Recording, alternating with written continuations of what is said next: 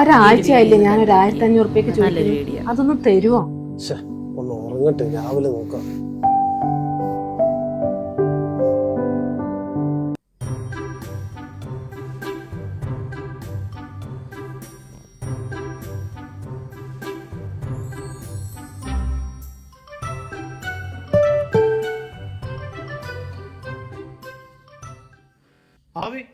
നീ എന്റെ അക്കൗണ്ടിൽ പൈസ എടുത്തിനാ?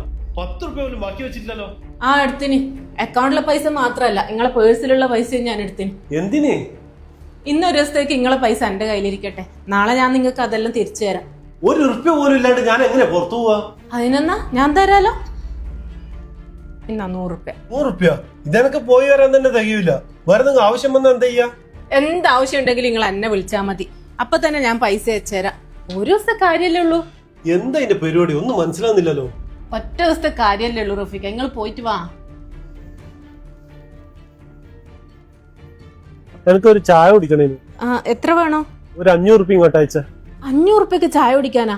ശരിക്കും എത്ര ചായക്കായ? അത് പറ, അത് മാത്രം ഞാൻ അയക്കാം. 50 രൂപ. ഞാനിപ്പൊ 50 രൂപ അയക്കാം. ഒരു വെള്ളം മേടിച്ചു ഒരു 20 രൂപ അയച്ച. ഇപ്പൊ അയക്കാം. ഒരു 1000 രൂപ വേണേനു ഡീസൽ അടിക്കാൻ. ശരി. എന്റെ പൈസ തേച്ചോ എന്റെ അക്കൗണ്ടിലേക്ക് തിരിച്ചിട്ടാ? എന്താ റഫീഖ നിങ്ങൾക്ക് ഇത്ര ദേഷ്യം? പിന്നെ ദേഷ്യം പിടിക്കാതിരിക്കോ? ആകെ നാണക്കടേ. ഓരോ ചെറിയ കാര്യങ്ങൾക്ക് വരെ എന്നോട് പൈസ ചോദിക്കണം. ചായ കുടിക്കാൻ വരെ നീ കൃത്യമായിട്ട് പൈസ അയക്കുന്നു. എനിക്ക് മടുത്ത്. നീ ആ പൈസ തിരിച്ചിട്ടാ?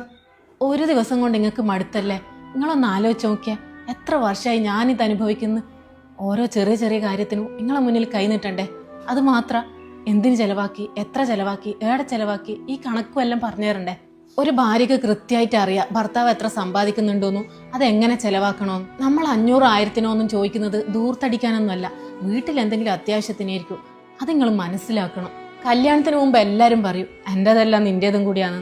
പക്ഷെ കല്യാണം കഴിഞ്ഞാൽ ഇതെല്ലാം നേടിയെടുക്കാൻ ഓരോ തവണ ഇരക്കേണ്ടി വരും. സ്നേഹമായാലും പൈസ ആയാലും ചോദിക്കാണ്ട് കിട്ടുന്നില്ല എന്നുള്ളതാ സത്യം. ഒന്നും ചോദിക്കാണ്ട് നിങ്ങൾ തരൂല. സ്നേഹവും കരുതലും പണവും ചോദിച്ചു വാങ്ങേണ്ടി വരുന്നത് ഒരു ഭാര്യയെ സംബന്ധിച്ചിടത്തോളം വലിയ പ്രയാസമാണ്. എൻ്റേതെന്നതിലുപരി നമ്മുടേതെന്ന തിരിച്ചറിവാണ് ഓരോ കുടുംബത്തിൻ്റെയും സന്തോഷം.